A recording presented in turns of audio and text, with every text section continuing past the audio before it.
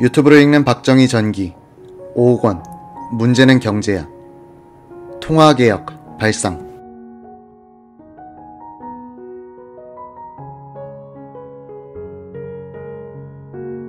제1차 경제개발계획상의 1차 연도인 1962년의 남한 인구는 약 2,500만 명. 당시의 인구 증가율은 연 2.9%나 됐다. 1차 5개년 개발 계획이 끝나는 해인 1966년의 인구는 약 2,920만 명으로 예상됐다. 5년간 인구가 420만 명이나 증가되어서는 경제 성장을 지속하기가 어렵다는 판단이 섰다. 더구나 당시 실업률은 24%나 됐다. 혁명 정부는 대입기와 피부치 의식이 강한 나라에서 가족 계획 사업에 박차를 가하게 된다. 문제는 투자 재원이었다. 1차 5개년 계획 기간 중 투자할 액수는 3조 2145억 환인데 48.8%가 전기, 교통, 통신, 주택 등에 투입되고 관공업의 34%, 농림, 수산업의 17.2%가 들어가게 돼 있었다. 투자 재원의 약 4분의 1은 외자로 조달하기로 했다. 혁명 정부는 줄고만 있는 미국의 대한 원조에만 매달릴 수 없다고 판단하여 독자적으로 외채를 끌어들이기로 했다. 자유당 정부는 1958년에 호남 비료의 나주 공장을 짓기로 하고 서독의 루르기사와 건설 계약을 맺었다. 착공은 했지만 국내 재원을 제대로 조달하지 못해 공사는 지지부진했다. 혁명 정부는 김재규 준장을 호남 비료 사장으로 임명하고 자금을 과감히 방출하여 공장 건설에 박차를 가하니 서독 정부와 기업인들이 관심을 기울이기 시작했다. 김재규를 사장으로 추천한 이는 정래혁 상공부 장관이었다. 정래혁은 3사단장 이종찬 장군 밑에서 참모장으로 근무한 적이 있었다. 이때 부관 참모가 김재규였다. 정래혁은 호남 비료 사장이 된 김재규가 순진하고 사심없이 일을 잘했다고 기억한다. 서독과 혁명 정부를 끈끈하게 맺어준 사람은 유태인, 사울 아이젠버그였다. 박정희의 근대화 혁명, 그 뒤안길에 등장하는 흥미있는 인물들 가운데 한 사람인 아이젠버그에 대해서는 약간의 설명이 필요하다. 1997년 사망한 아이젠버그는 독일 출생의 유태인으로서 나치의 박해를 피해 세계를 떠돌아다니다가 일본에서 돈벌이에 성공한 거상이었다. 그는 6.25 전쟁이 터지자 한국에 지사를 두고 장사를 시작했다. 주로 수입품의 중개를 통해서 돈을 벌었다. 1959년에 도입된 서독 지멘스사의 전화 교환기도 아이젠버그가 중개한 것이었다. 그는 일본, 한국뿐 아니라 중남미, 동남아, 중동 등지에서도 많은 사업에 관여했다. 그는 주로 자금이 달리는 개도국에 진출, 정부, 기업, 은행, 건설회사 등을 서로 연결시켜주면서 자금도 마련해주고 사업도 성사시키는 일갈 거래의 조정자 역할을 수행했다. 그는 오스트리아와 이스라엘의 이중국적 소지자였다. 오스트리아 출신인 프란체스카 여사와도 친분이 두터웠다고 한다.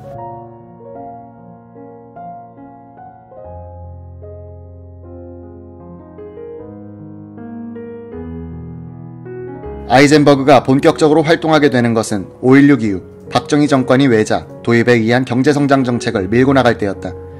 아이젠버그는 주로 서독 차관을 많이 끌어와서 우리나라의 기간산업 건설에 연결시켜주고 많은 커미션 등 이문을 남겼다. 그가 일괄거래 방식으로 엮어준 사업 목록은 한국기간산업 총남으로 보일 정도이다. 영월화력 2호기, 부산화력 3, 4호기, 영남화력 1, 2호기, 인천화전, 월성원전 3호기, 동해화력 1, 2, 3호기, 쌍용시멘트, 고려시멘트, 동양시멘트, 한일시멘트, 일신제강, 유니온셀로판, 피아트 자동차, 석탄공사의 채탄시설 현대화, 중앙선 전철화, 포항제철 증설 등등. 미국으로부터의 원조가 줄어들 때라 박정희 정권은 아이젠버그가 주선하는 차관이 이자율이 매우 높다는 것을 잘 알면서도 받지 않을 수 없었다. 아이젠버그가 처음으로 서독 차관 도입을 중개한 것은 1961년 가을이었다. 아이젠버그는 정래혁 상공부 장관이 서독의 관료들과 기업인들을 만날 수 있도록 손을 써놓은 뒤 정 장관과 함께 차관 도입 교섭차 1961년 11월 13일 독일로 출발했다. 아이젠버그는 정래혁 장관을 안내하여 크루프, 지멘스, 하노버 조선소 등 서독의 유슈한 회사들을 돌아보게 했다. 에르하르트 경제담당 부총리는 만나지 못했지만 그 아래 차관과 교섭을 성공적으로 마무리 지었다. 서독 정부의 장기 차관과 민간 투자를 합쳐 3,750만 달러 상당의 마르크화를 1962년에 한국 정부에 제공하기로 한 것이다. 이것은 혁명정부 최초의 공공차관 도입이었다. 미국은 한국이 서독을 새로운 차관 도입선으로 뚫는 것을 보고 경계심을 갖게 됐다. 한국으로선 미국 측에 대하여 당신네들만 있는 것이 아니다. 우리도 마음만 먹으면 돈을 꼬을 수 있다는 과시를 한 셈이 됐다. 박정희 의장은 서독 대사를 초청하여 주연을 베풀어주면서 미국의 방해로 서독과 더 긴밀한 경제관계를 맺지 못하게 된 것에 대하여 미안한 마음을 전달했다고 한다.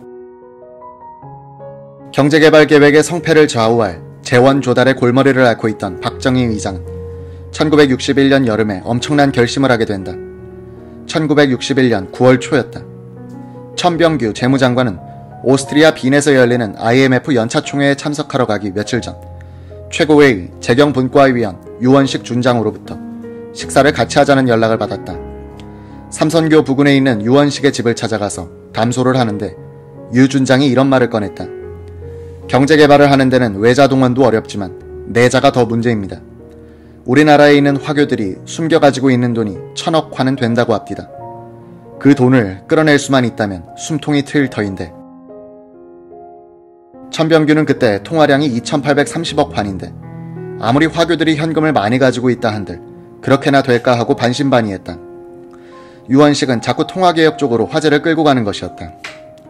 경제개발에 투자할 내자를 동원하고 돈의 소재를 파악하여 부의 편제를 시정하는 목적으로서 통화개혁의 필요성을 이야기하는데 천병규는 너무 엄청난 발상에 찬성도 반대도 하지 않았다. 천 장관은 이건 유 의원 생각이요 아니면 박 의장 생각이요 라고 물었다. 박 의장께서도 알고 있으니 내일 한번 만나보시오.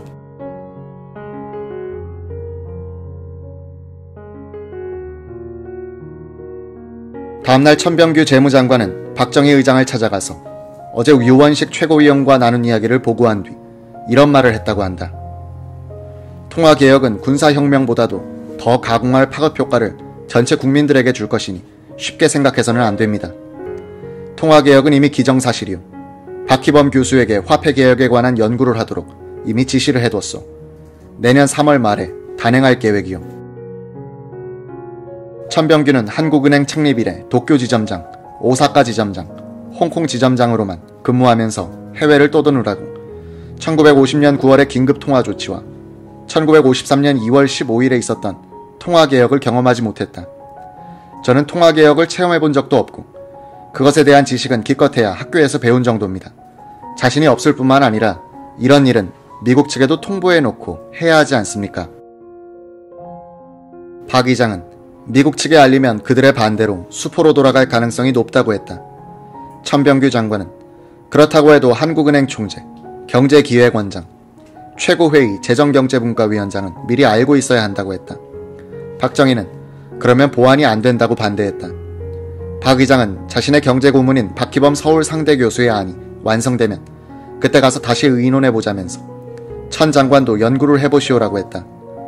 천병규가 뒤에 알아보니 통화개혁 발상의 주인공은 유원식이었다. 유원식은 경제개발 5개년 계획안이 발표된 7월 하순 한가한 시간을 이용하여 박정희 의장에게 통화개혁의 발상을 전달했다고 한다. 내자 동원의 필요성과 함께 새 정부가 출범했으니 새 돈을 쓰도록 해야 한다든지 하는 이야기에 박 의장은 한번 해봅시다 라고 너무 쉽게 승낙해버렸고 그때부터 통화개혁의 수레바퀴는 구르기 시작했다. 박 의장은 상공위원이던 유원식을 재경위원으로 옮겨주고 이 통화개혁 준비 작업을 극비리에 추진하도록 했다. 비슷한 시기에 송효찬 내각수반에게도 이 계획이 알려졌다.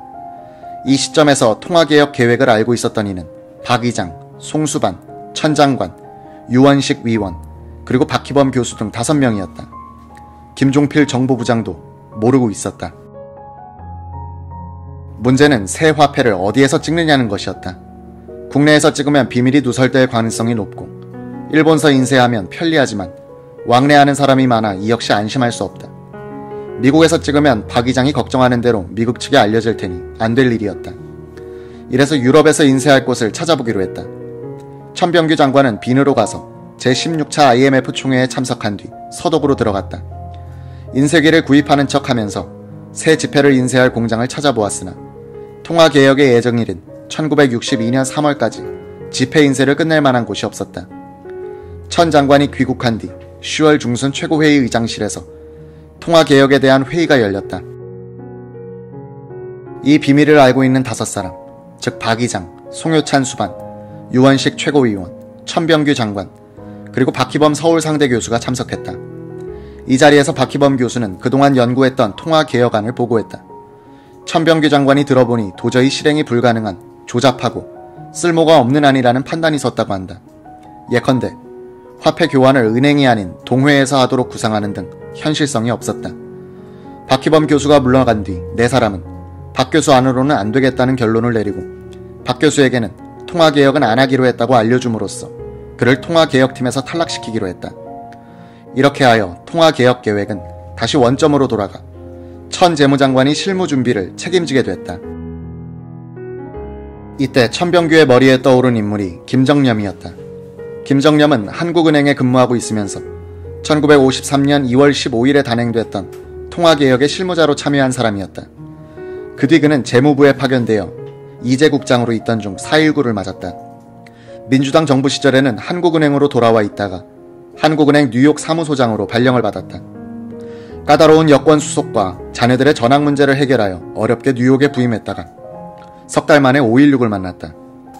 혁명으로 불어닥친 인사, 숙정 태풍에 휩쓸린 김정념은 뉴욕 사무소장직에서 해임당한 뒤 귀국 명령을 받았다.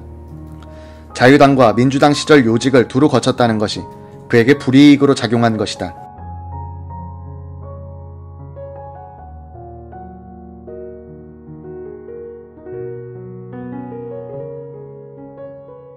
한국은행으로 복귀한 그는 인사부 소속 참사란 직함을 가지고 아무 보직도 없이 소일하고 있었다. 천병규 재무장관은 귀국 인사차 들른 김정념에게 정부에서 같이 일해보자고 했으나 그는 펄쩍 뛰면서 다시는 공직을 맡지 않겠다고 하는 것이었다.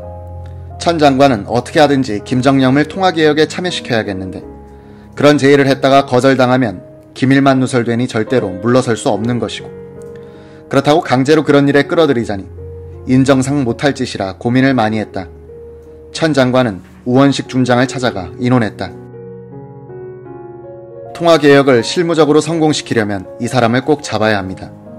통화개혁뿐 아니라 여러 가지로 유능한 인재이므로 혁명정부에서 기용해 주었으면 합니다. 그런데 본인은 싫다고 하니 나로서는 어떻게 할 수 없습니다. 유원식은 시원스럽게 대답했다. 문제 없습니다. 이름과 주소만 가르쳐 주세요. 며칠 뒤 유원식은 천 장관에게 연락을 해왔다. 김정념 씨를 모셔다 놓았으니 만나려면 만나보십시오. 김정념은 중앙정보부 구내의 한 사무실에 있었다. 유원식은 그에게 통화개혁에 대해서는 이야기하지 않고 그냥 경제개발에 대해서 연구를 하라고 한 모양이었다. 천병규 장관도 시치미를 떼고 김정념을 격려했지만 속으로는 사람 문제는 해결되었으니 이제는 인쇄소를 결정할 때 라고 생각했다고 한다.